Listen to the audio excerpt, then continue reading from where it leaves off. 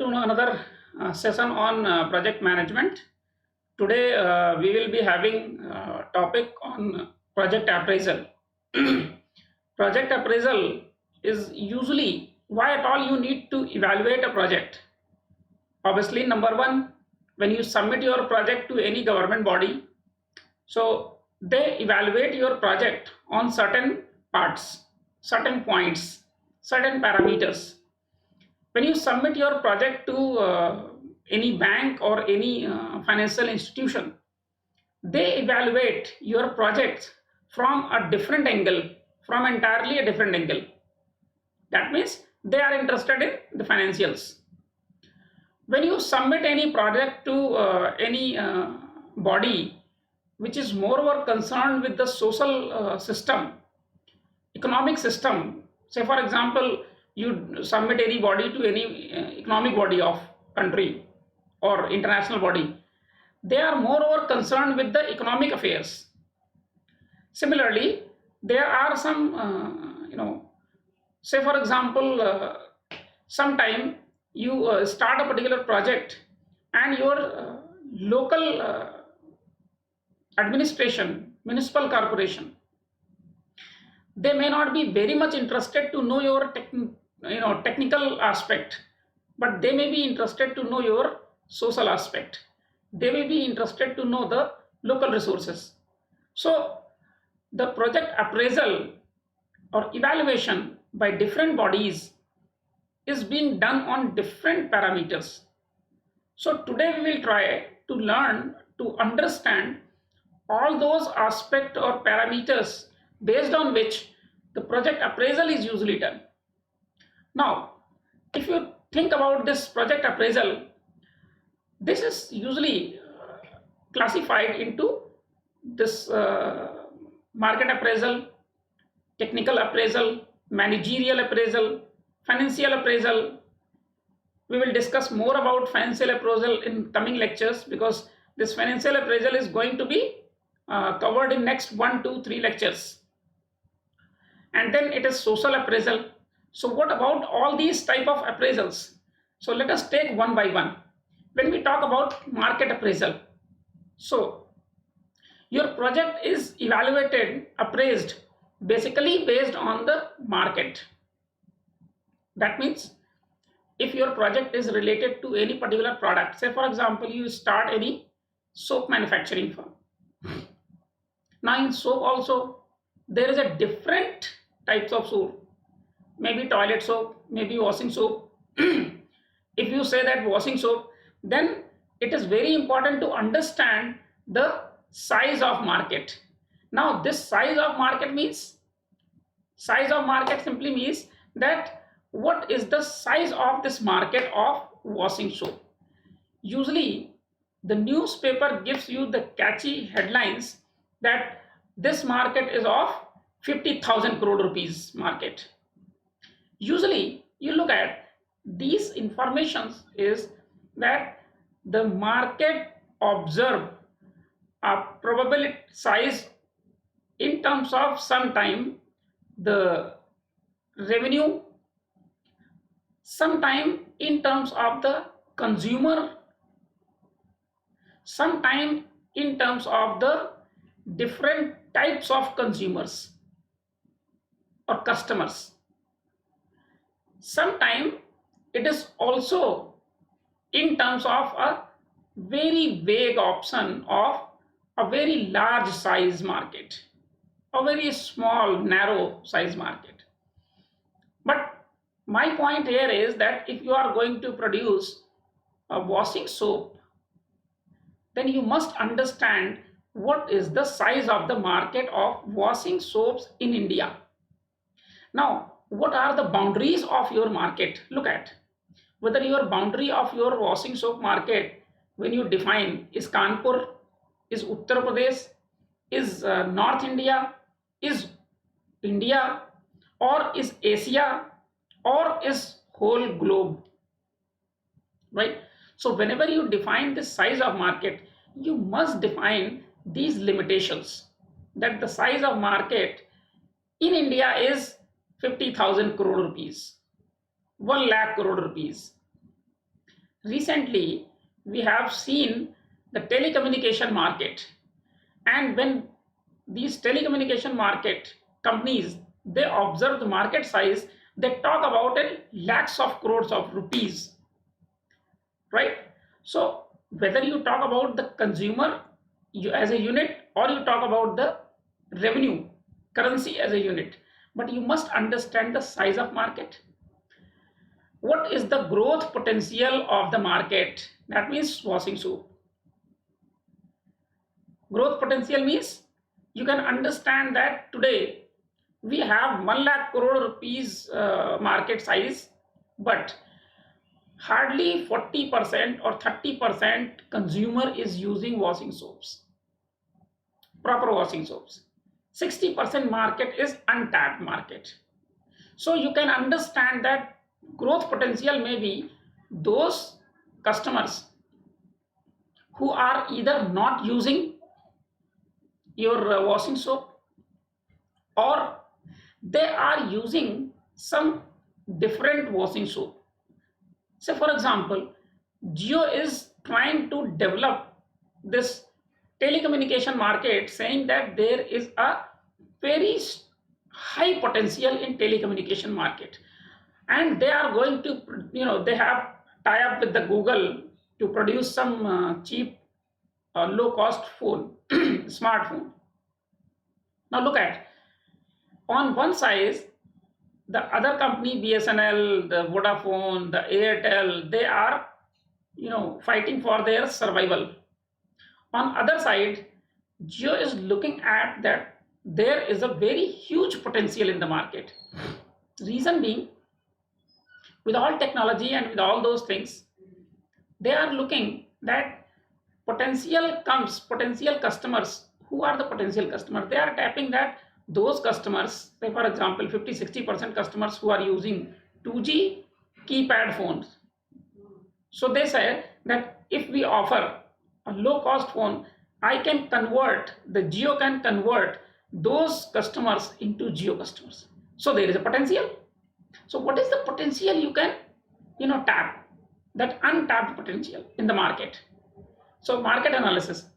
If the assessor says that there is no potential, your project is going to be rejected. What is the current demand of the product? What is the current supply of the product? Now this analysis gives you about the market, status. If you say that your product is unique product and there is no product available, compatible with your product or with similar to your features, then you can say that current demand is very huge demand, no product is available for the customers, and supply is not there. But yes, when we talk about washing soap, we can understand what is the current demand of washing soap. Say for example 40%, 50% of the total market size. And what is supply? Whether supply is smooth, oversupply is there, yeah, under supply is there. So it depends that you understand, you include figures on this. Then you must understand the pricing policy. What type of market is there? What is the pricing policy? Whether the customer is interested, the market is looking at the low pricing strategy or very high pricing strategy. So the pricing policy must be very clear. Say for example, Jio started with your offering you free of charge. Then from free of charge, step by step, they are continuously, you know, they have taken first step to increase price. And now you can understand they are charging a very substantial, cost, and they are in profit zone. Rest companies are fighting for survival even. Apart from this, when you study market appraisal, you must understand that what are the marketing strategies and selling strategies which are being used, which are being popular, which are being practiced by various companies. Whether some strategy which is not in your favor, or not good for your product that is being used, that is being practiced. Say for example, you say that the product is moreover dominated by the practices which are affected by gray market practices, and initially you may not have that capability in your company and your project. Then you need to understand substitute goods. Which product or which alternate good can substitute your product or the market? The competition level in the market is very important. Whether there is a monopoly in the market of one company, or there are sufficient fair competition available in the market, or there is an unfair competition in the market. So what is the level of competition? Very high level of competition is there. Then initially it may be price war, then maybe technological war, then maybe your consumer war. So at what level this competition is going, so that you must understand in appraisal, and your project is evaluated based on these points with respect to the market appraisal. So you must take care of these things in your project report. When we talk about the technical appraisal, obviously it concerned with the past technology, old technology, present technology, and the future technology of the product. So which technology you are proposing to use in your project. So that is very important, and the businesses are interested to know. If you say that you are going to make a project on manufacturing CRT television or LCD television, so the financer may not be interested in your project, because they know that now there is a LED and smart TVs are there, and you are still going to invest in CRT manufacturing, CRT TV. So the project may be rejected very easily. In case of present or future technology, you must understand future technology. When you present your proposal to someone, you must quote what is the future technology that may come into this. Apart from this, technical appraisal also says that cost versus technology, because every investor, financer, government, society, even employee, they are interested to know the cost of technology. So cost versus technology, that is a very important factor, rather factor, or you can say that it is a criteria where the project is always evaluated. What is the alternate technology? Say for example, you say that we will be producing this CRT television, CRT screens, or tubes, but CRT tubes are not for television purpose. CRT tubes are for some other purpose, oscilloscope, or for laboratory purpose, or because of that low cost, you can say that okay, in smart cities you will be using this flat CRT picture tubes for display purpose. So it depends that what is the alternate. The CRT television may be prime technology, but using it in somewhere else may become alternate technology for LED. What is the skill level required to use that technology in your business? If you are proposing any future technology, advanced technology, which may not have market in today. Say for example, you say that you will produce 5G technology mobiles and you will launch in next 1 month. Now investment, technology, cost will be very high, and then you talk about skill level may not be available in India for 5G technology. Training infrastructure may not be available. So feasibility of your project may not be suitable, but yes, after some time it may be suitable, because right now you don't have any 5G services available in India. But yes, you can manufacture 5G technology mobile phones for Asian region, for some other country where 5G technology is already available. So it depends that where is the market, what technology you are using, what is the skill level required, and if not, skill level is not available in manpower, then whether you do have a training infrastructure. This market absorption capacity, as we discussed that in case of 5G technology, your market right now, Indian market may not absorb this technology, may not have capacity to absorb it. But yes, in future it may be. Say for example, if you manufacture 3G mobile phones or 2G mobile phones, so the absorption capacity is almost negligible because you are going in reverse direction. Environmental issues. If you are going to use some technology which is hazardous to environment, like chemical or long term, if some output of that particular industry a project is detrimental or hazardous or dangerous to the to society, environment, people, then whether that project would be accepted or not. So it may not be cleared from environmental ministry of government itself. So technical appraisal is very important on technical side. Managerial appraisal. When we talk about managerial appraisal, obviously you propose that who are the promoters, what is the promoter's background, what is their competency level, whether though they have the proven capability or not.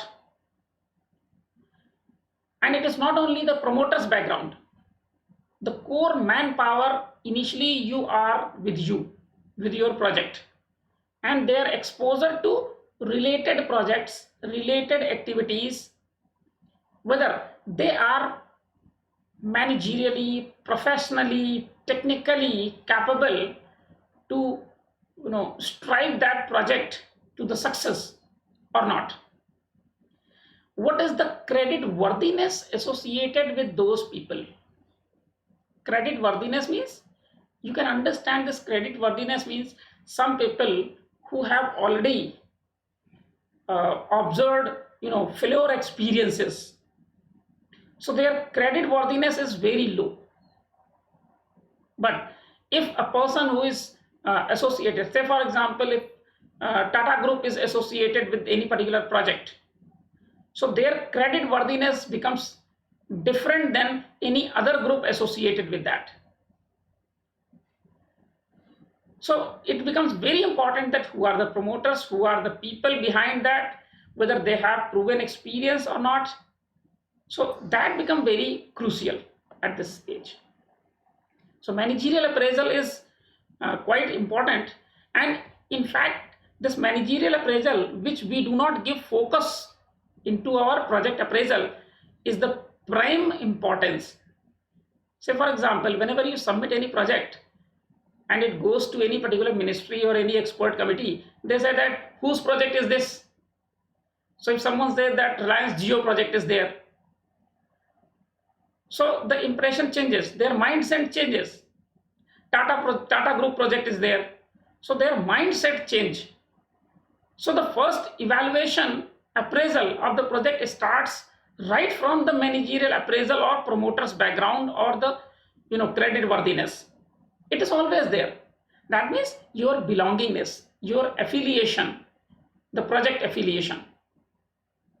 Technical appraisal or economic appraisal or financial appraisal comes at later stage, but primarily the expert committee make a mind that look, this group is proposing it, so there must be something very strong in it because of their credit worthiness. And if some new organization or some new businessman is proposing some project, then this become very difficult. Yes, someone is asking some question. Yes sir, sorry for interruption, but sir कुछ बच्चे sir कह रहे हैं कि ये meeting sir उनको join होने में दिक्कत हो रही है, इंटरप्शन वो आ रहा है क्या? 100 पार्टिसिपेंट की लिमिट है इसमें इस बार की मीटिंग में. ये okay, something is going like this, so let me check it. I'll look at it. Okay sir. Maybe that Google has restricted it. So I'm just continuing, and then I'll resolve this problem. Okay sir, thank you. So just a minute, because it is hardly 5 minutes remaining. I'll share this video link. So in that case, yes, next which we will be looking at financial appraisal. And this financial appraisal is basically a kind of appraisal which is very important for any particular project, especially banking, financiers, government, and the investors. They look at it. They look at it that capital structure. They talk about what is the capital structure. That means how much money is being invested by promoters, by banks, by loan. That means what is the capital structure, how much credit is there into this project, and how much owned capital is there into this project, and how much bank loan is there, how much owned capital is there. You can understand that if you look at the debt equity ratio, how much debt, how much equity. And for that we will discuss about this current ratio and debt ratio coverage ratio, debt service coverage ratio. These two ratio analysis are used to understand the debt equity ratio of any particular project when you appraise any particular project. Similarly, the profitability of the particular project. So when you propose it, it becomes very important to understand the operating profit to sales ratio. It becomes very important to understand the profit before tax, profit after tax. So these are some ratio analysis which are very crucial instruments to understand that financial strength is there in project or not. Likewise, the cash flow analysis. This we will discuss in separate lecture. In next lecture, we will discuss about this cash flow analysis, non-discounted cash flow and discounted cash flow techniques. And then break even is also there, and we will take another lecture on this break even analysis. So wait for the next lecture. We will discuss on cash flow analysis and then break even analysis. So these are the important one in financial appraisal. And that is all about. We will continue this cash flow analysis and then break even in next lectures. And this is all about.